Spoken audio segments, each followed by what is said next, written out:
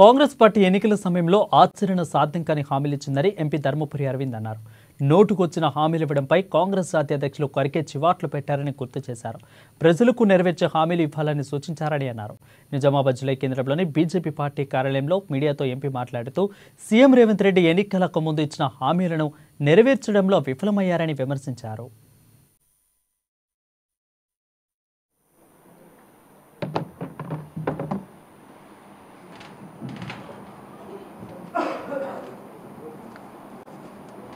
వీళ్ళకి వ్యతిరేకత బాగా పెరిగిపోయిందని టీఆర్ఎస్ కూడా అదే చేసి నాశనమైండు.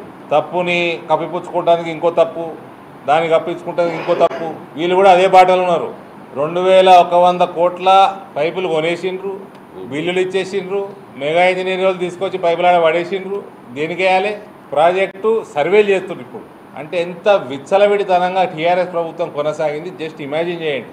ప్రాజెక్టుకి డిజైన్ కూడా ఫైనల్ కాలే, సర్వేలు కూడా సరిగ్గా కాలే, చెప్పులతో స్వాగతం పలుకుని ఊర్లలోకి వస్తే.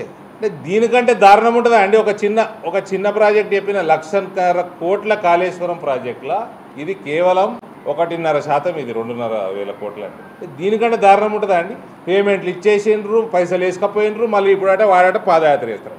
దీనికంటే విచ్చలవిడితనం, మస్తికోరుతనం ఏమైనా ఉంటుందా కేటీఆర్? పొద్దున్న మనిషి అన్నాక బేసిక్ పుట్టుబడి సిగ్గు మానం ఉండాలి. ప్రజల అభీష్టం మేరకంటే పాదయాత్ర చేస్తాడు.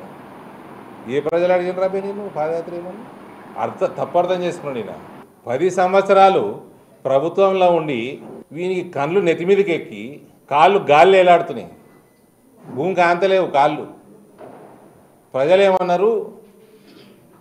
నీ కళ్ళు కరెక్ట్ జారాలి కొడుక, నీ కాళ్ళు భూమికి ఆనాలి అని మీకు చివాటు పెట్టిన ఎలక్షన్లలో.